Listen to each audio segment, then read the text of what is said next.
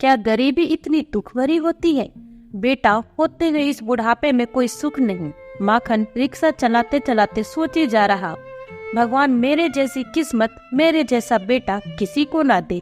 दिन भर रिक्शा खींचते खींचते पसलियों में दर्द हो गया, भूख भी जोर से लगाई। माखन थक कर चूर हो गया। रिक्शा घर की तरफ मोड़ लिया। धीरे धीरे पेंडल मारता आखिर अपने घर तक पहुंच गया। पति को आता देख कलावती जल्दी से अपनी झोपड़ी से निकल आई। बाल्टी में पानी और लोटा लेकर हाथ पांव धुलवा दिए।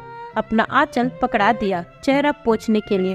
फटे आंचल से चेहरा पोंछ माखन आतुरता से बोला, क्या पकाया है कृष्णा की माँ? मसूर की दाल और रोटी। रोटी का डब्बा खोलते हुए कलावती बोली, जल्दी से रोटी दाल डाल दे थाली में, बहुत जोरों से भूख लगी है। तू भी अपना खाना डाल ले थाली में, साथ ही खा लेते हैं। सादा सा खाना दोनों ने बड़े प्यार से खाया। ऐसा नहीं है कि माखन बेऔलाद है, पर उसका बेटा कृष्णा मुंबई चला गया कुछ काम करूंगा कहकर। सालों हो गए पर लौट कर नहीं आया। शादी भी वही कर ली। किसी से सुना कि उसको बेटा भी हो गया है, पर लौट कर नहीं आया अपने बूढ़े माँ बाप के पास। शायद उसको माँ बाप की याद आती ही नहीं। बूढ़े होते जा रहा था। साइकिल रिक्शा चलाकर अपना और पत्नी का पेट भरता आया था अब तक, पर वह कमजोर देह मेहनत नहीं कर पा रही थी। थकने लगा था बहुत। पहले कलावती भी घरों में काम करने जाया करती, पर अब वो भी कमजोर हो चुकी थी। चलते चलते चक्कर आ जाते थे उसे, तो ने उसे मना कर दिया कहीं भी जाने से। कड़ाके की ठंड पड़ रही थी। हड्डियां ठंड से अकड़ सी गई। घर में खाने को कुछ न बचा। हिम्मत करके रिक्शा लेकर चला, कुछ तो मिलेगा जिससे पेट भर पाएंगे दोनों। कलावती कई दिनों से बीमार पड़ी थी। रोटी नसीब नहीं तो दवा कहाँ से आती? सरकारी अस्पताल में भर्ती करा दिया और वहाँ भी उसे कोई आराम न मिला।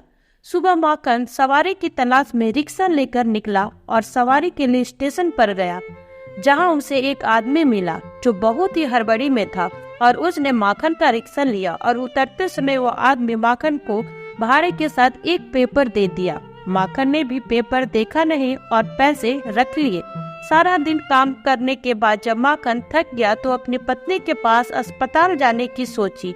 उसने पहले सारे दिन की कमाई निकाल कर देखा तो देखा कि पैसों के साथ एक पेपर भी है। जब पेपर खोल के देखा तो वो एक लॉटरी की टिकट थी और उस पर आज का डेट और पता लिखा था। माखन ने सोचा, शायद भगवान ने मेरे मदद के लिए ये सब किया है। फिर क्या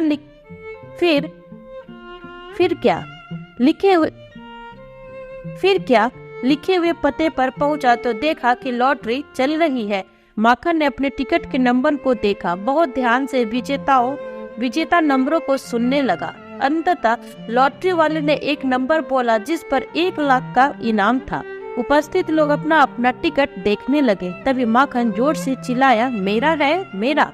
और फिर लॉटरी खिलाने वालों ने माखन को बुलाकर उसका इनाम दे दिया। माखन 1 लाख रुपए का चेक ले बहुत खुश हुआ और तुरंत अपने खाता में जमा करवाया। फिर उन पैसों से अपनी बीमार पत्नी का इलाज करवाया और एक किराने की दुकान खोली। अब दोनों पति पत्नी साथ मिलकर घर और दुकान चलाते हैं। धीरे धीरे उनकी आर्थिक स्थिति सुधर गई और वे सुखी शांति जीवन जीने लगे।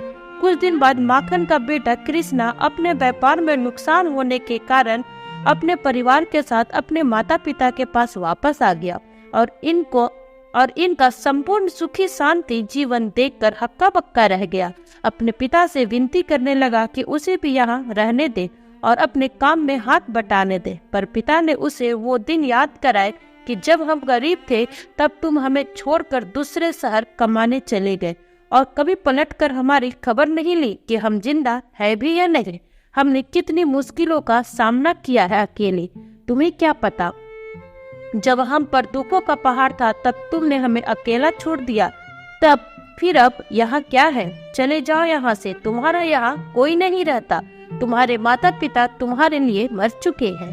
कृष्णा उनके पैर पकड़ माफी मांगने लगा, फिर भी माखन टस से मस नहीं हुआ। इससे कृष्णा को समझ आ गया कि जब मैं संतान होकर अपने माता पिता का सहारा न बन सका तो अब मेरा उन पर कोई अधिकार नहीं, और अपने परिवार को ले वहाँ से चला गया। माखन को अपने किए पर बहुत दुख हो रहा था, फिर भी वो संतुष्ट था।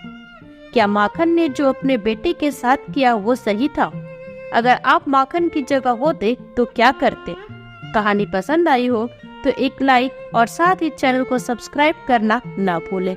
फिर मिलूंगी दोस्त आपसे न्यू वीडियो में न्यू कहानी के साथ। तब तक अपना ख्याल रखें और स्वस्थ रहें। Bye bye.